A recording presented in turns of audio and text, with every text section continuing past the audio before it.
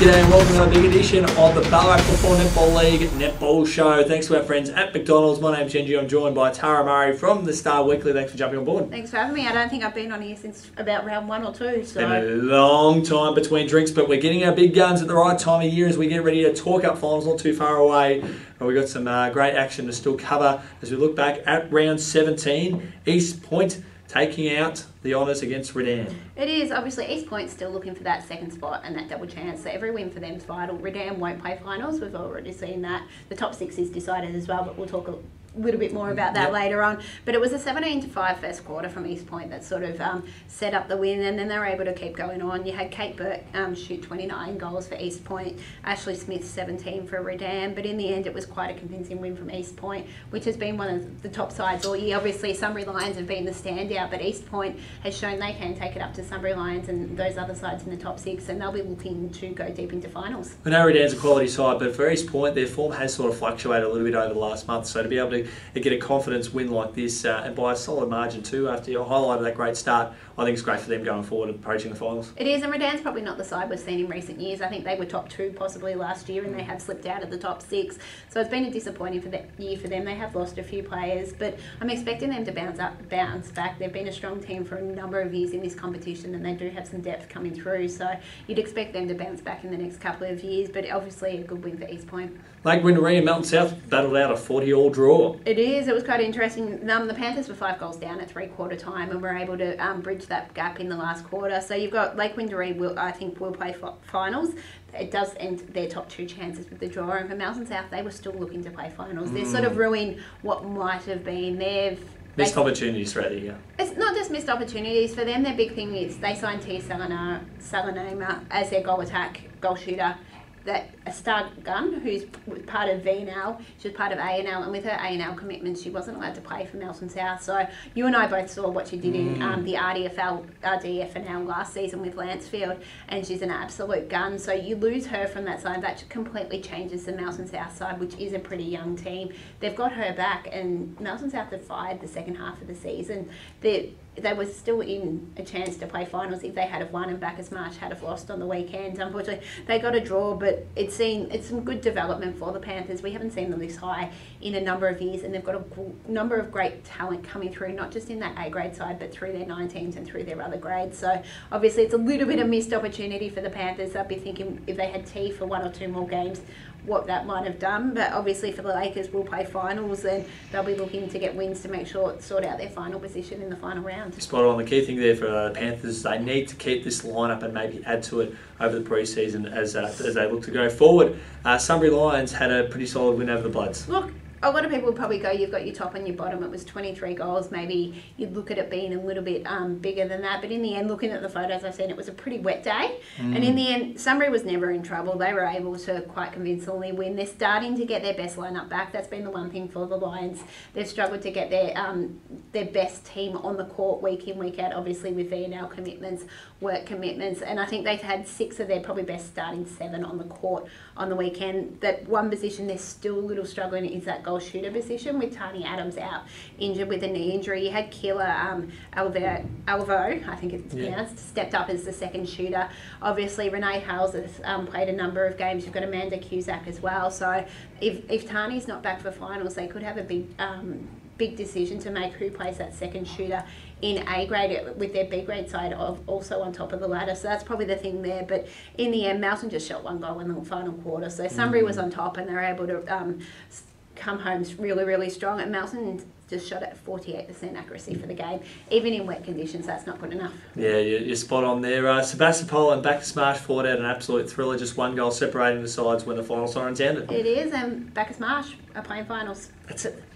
Fantastic news, isn't it? And it is, and speaking with their coach Michael Saker, he said he doesn't know when the last time they played A-grade finals was. So I saw them play Sunbury Lions the week before, and they really took it up to the Lions, I think, for 3 quarters, and then just sort of ran out of legs. Where this one here, in the end, they've won by 1 goal against a side that it will also play finals. So for Bacchus Marsh, it's massive. They have lost their best goal shooter in Maddie Hodgkins, who won't play the rest of the season due to injury. So that's a big loss for them. So the Cobras have sort of been looking to change a few things around, see who they will throw throw into that goal circle. I know they did throw Katie Kazowski into that goalie circle against Sunbury Lions for a quarter, looking for something different there. But that's massive for Cobras playing finals. Certainly right there, and to do it in style in a good hard fought contest, we're going to be seeing a lot of finals like that, so it's a good atmosphere for them.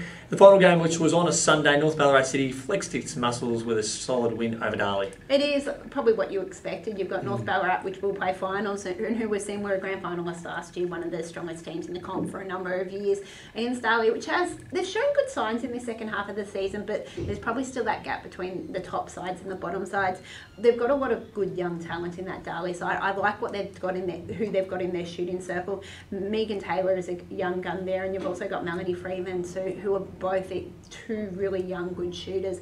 For North Ballarat, you had Madison Selman, shot 38 goals. She's been in great form this year. It is, yeah. Obviously, a quite convincing win there for them, so they'll be wanting to look to take some good form into finals. We're getting ready to talk up the final round, and as you highlighted, the top 6 is locked and loaded. We're ready to go for that one, but we've still got some great games to get there. Keeping in mind, North Ballarat City will go in, they'll get the additional 4 points with the bye this weekend, but it is Bacchus Marsh and Melton, as you highlighted. Bacchus Marsh will be driving that confidence with the sort of getting that finals appearance, and it's great for the club. It is, and for them heading into this last match, they're playing Melton, which hasn't won a game, so Melton's going to be looking for that first win. They've got a lot. They're a very, very young side. We saw that last year. They're a young side, and I think they're even younger this year. Yep. So it's been a tough year for them, but it's also a big developing learning curve. They're playing against players who are playing ANL, they're playing VNL, so it will help them develop their games further. With Bacchus Marsh, they've got this final round. They want to get the win. They want to keep the confidence going and keep that momentum they've sort of gained the last few weeks after they sort of struggled a little bit that mid-season. They did have a heart-to-heart, and they've got back on track. But for them, at the same time, they don't want to do any injuries or that. So they want to. They'll probably try a few things, obviously, with that attacking end to look how they will sort of set up come finals time with not having Maddie Hodgkins. But I think, obviously, Bacchus Marsh will be too strong. That will be too strong.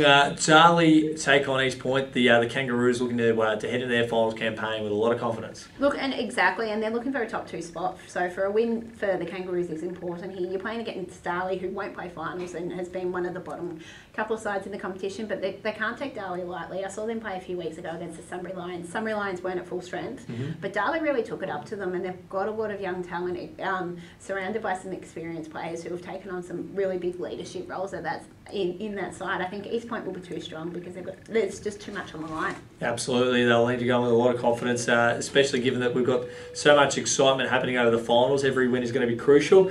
Melton South and Sebas they'll just want to be jumping back on the winners list. But this is not going to be an easy game. It's not. I think this will be the match of the round. Melton South has shown they're not an easy team to beat at the moment.